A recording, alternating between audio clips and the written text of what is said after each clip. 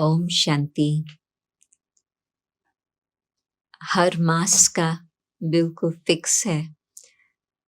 जनवरी मास तो बाबा का मास, फिर फरवरी तो शिव बाबा का मास, और फिर मार्च महीने में आते हैं तो लंबी लिस्ट आ जाती है। आजकल दादी पुष्प शांता का शिवरात्रि पर देह का त्याग हुआ, फिर इस बारी दादी गुलजार जी का भी, और फिर उसमें दादी जानकी का भी, और फिर अप्रैल मास, शायद मुझे याद नहीं है कि किसका मास है, परंतु शायद वो ऐसे कोई बात नहीं है। एनीवे मार्च महीने में तो मैं समझती हूँ दादी निर्मल शांता का भी मास है। तो फिर जब हम आते हैं मई मास में, तो मई मास में जगदीश भाई का हम विशेष याद करते हैं। फिर ईशु दादी को भी हम आजकल याद करेंगे। और फिर जब जून मास आता है तो मम्मा का मास हम कहते हैं, और जुलाई मास आता है तो हम दीदी का मास कहते हैं। अगस्त तो फिर दादी प्रकाश मणि। तो हर मास का विशेष अपने जो पूर्वज है उन्हों की याद आती। तो जब दीदी मन मोहिनी को मैं याद करती हूँ तो मुझे 1966 की पहली बात याद आती, क्योंकि मम्मा के जाने के बाद फिर बाबा ने दीदी को ही बुला के मधुबन का मैनेजर करके रखा था।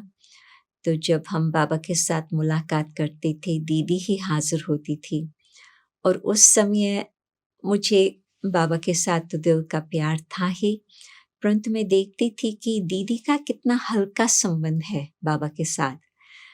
न सिर्फ वो मैनेजर के हिसाब से बाबा के पास बार बार आना होता था कोई न कोई कारोबार के लिए, परंतु आती थी तो एक फ्रेंड की रीति से आती थी बाबा के पास। और हाँ, बाबा के लिए अति रिस्पेक्ट।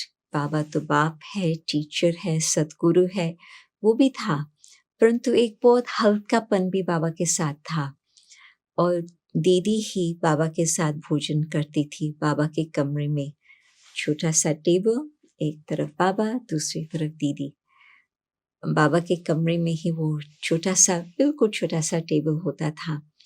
तो मैं देखती थी कि दीदी का बहुत समीप संबंध है बाबा के साथ, और फिर हमारा भी उस कारण से नज़दीक का होता गया। परंतु जब 1968 में मैंने बाबा को कहा था कि मुझे अब समर्पित होना है, तो बाबा ने याद दिलाया कि बाबा पहले से ही जानते थे और बाबा ने कुछ वर्ष पहले कहा भी था। तो बाबा ने उस समय दीदी का टूर बना हुआ था जयपुर, दिल्ली आदि जाने के लिए। तो बाबा ने दीदी को बुलाया, क्योंकि पहले तो बाबा और मैं और रजनी बहन, हमारी लौकिक माँ ही बैठे थे।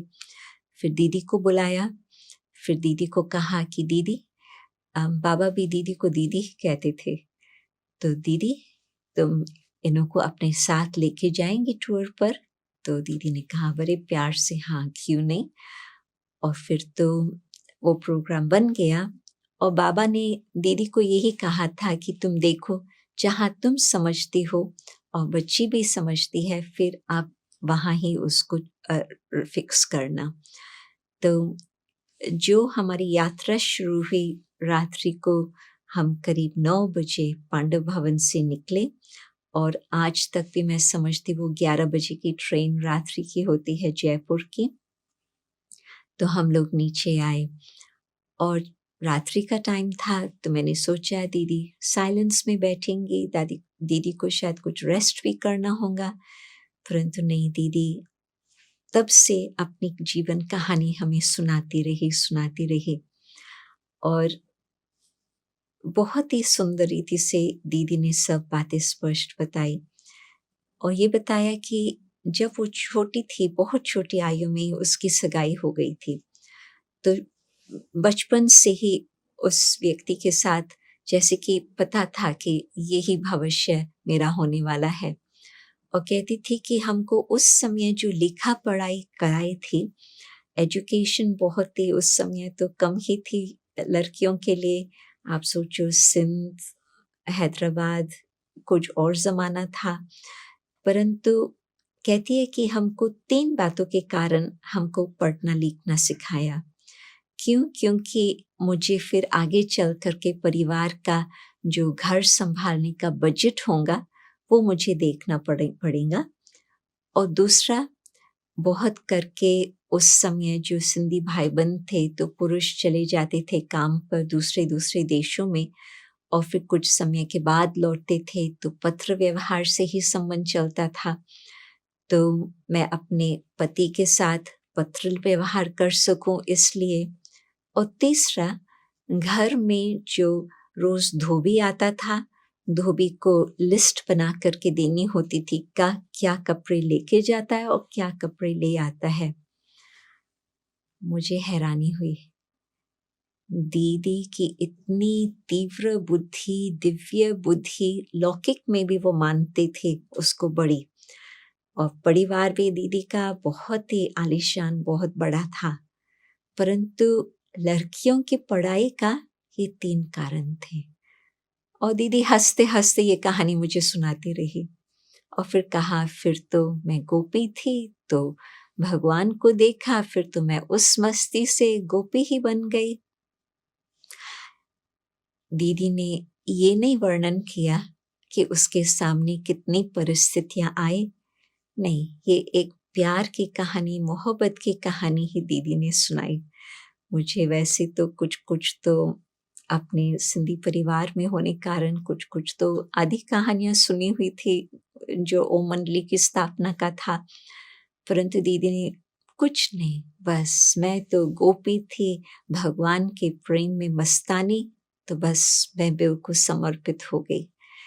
तो और दीदी के साथ फिर उनकी माता जी, जिसको बाबा ने फिर नाम दिया क्वीन मदर, और उसके साथ फिर शीलेंद्रा दादी, जो बाबा ने गवर्नर नाम दिया था क्योंकि वो बॉम्बे में रहती थी और यज्ञ के सारे फाइनेंशियल कारोबार को संभालती थी बॉम्बे में, तो बाबा उसको गवर्नर कहते थे। तो परिवार ही बहुत सुंदर।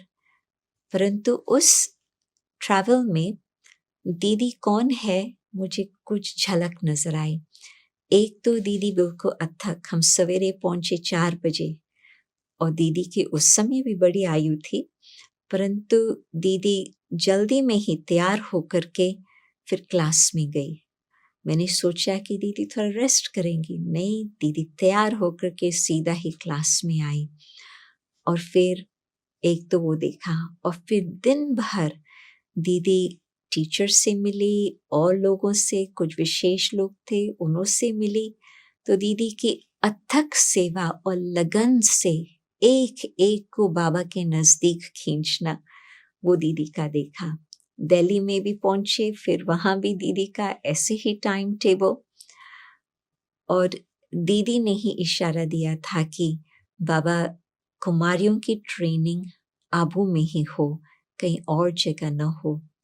तो फिर बाबा को वो इशारा मिलते ही जो ट्रेनिंग सेंटर है वो वहाँ पर आबू में पांडव भवन में शुरू हो गया।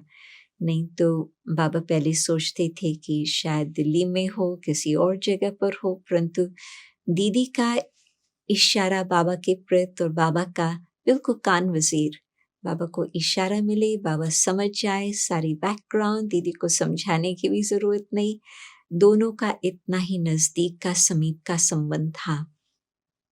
फिर हम आगरा गए, सेंटर तो बहुत सुंदर नया म्यूजियम था, और ग्वालियर गए, वहाँ भी बहुत अच्छी सेवाएं।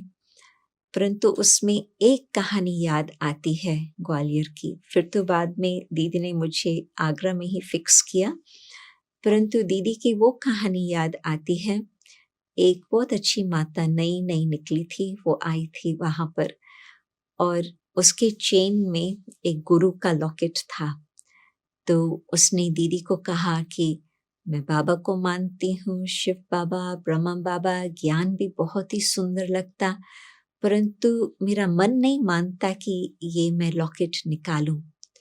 तो दीदी ने उसको कहा, किसने आपको बोला है क्या कि तुम लॉकेट निकालो? तो कही, नहीं नहीं दीदी, किसी ने बोला नहीं है, परंतु मुझे ही प्रश्न आया। तो दीदी कहती है, नहीं, तुम बिल्कुल वही लॉकेट गले में पहन के रखना, उसमें बिल्कुल उतारने की ज़रूरत नहीं है। और फिर तो माता भी खुश हो गई, सिर्फ उसको कहा कि तुम शिव बाबा को याद करते रहना, मुरली पढ़ते रहना। माता खुश होकर के गई।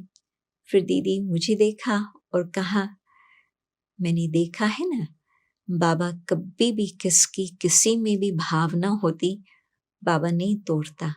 जिस समय उसके मन में आएगा कि शिव बाबा और ब्रह्मा बाबा कौन है, वो खुद ही कहेंगे मुझे ये पहनने की जरूरत नहीं है। तो दीदी की बिल्कुल एक्यूरेट दिव्य बुद्धि उस माता को भी परख लिया, ब्रह्मा बाबा को भी याद किया कि बाबा ऐसे सिचुएशन में क्या करते, और फिर उसको फॉलो करने के लिए वो इंस्ट्रक्शन भी दिया। तो दीदी की बुद्धि बिल्कुल त्रिकालदर्शी बुद्धि, दीदी की बुद्धि जो बिल्कुल देख सकती थी कि किस आत्मा को क्या जरूरत है और उससे मुझे क्या मदद करनी है ताकि वो बाबा के नजदीक आए। ये तो मैंने बिल्कुल शुरू की कहानी सुनाई। फिर तो बाबा भी अव्यक्त हुए, फिर तो उसके बाद विदेश आना हुआ सेवा के लिए, दादी जानकी का आना हुआ, दीदी के साथ फिर टूर्स भी किए, भारत में भी टूर्स किए, और फिर साथ साथ दीदी जब फर्स्ट टाइम विदेश गई सिंगापुर में, सिंगापुर जापान का टूर था। पहले ऑस्ट्रेलिया में दीदी को आना था परंतु नहीं पहुंच पाई तबीयत के कारण। फिर दादी सिंगापुर में मिली और फिर हम जापान भी गए। दीदी की बहुत ही हर बात में जानकारी, इंटरेस्ट कि ये कैसे कर रहे हैं, क्या कर रहे हैं, और उनको फिर उस अनुसार समझानी। दीदी की बहुत अत्यंत नम्रता, बिल्कुल स्टूडेंट लाइफ। दीदी हमेशा कहती थी कि टीचर से पहले मुझे क्लास में पहुंचना है। मीन्स दादी प्रकाश मणि मुरली सुनाने वाली टीचर है, तो दीदी जल्दी जल्दी करके पहुंच जाती थी दादी प्रकाश मणि से पहले। और फिर विदेश में भी दीदी कई बार मुझे कहती थी, तुम बताओ मुझे इनको क्या समझाना है। मैं कहती दीदी आप जानते हैं। कहती नहीं नहीं नहीं, इन्हों की अभी क्या स्थिति है इस देश की, तो मुझे बताओ। तो दीदी इतनी नम्रता से हर बात बहुत हल्की होकर के, स्टूडेंट लाइफ में रह करके हर बात में सीखने की भावना रहती थी। दीदी तो बिल्कुल ही अष्टरत्नों में विशेष, और दीदी तो फर्स्ट पर्सन जिसने अपनी जीवन भगवान के प्रति समर्पित की। ओम शांति।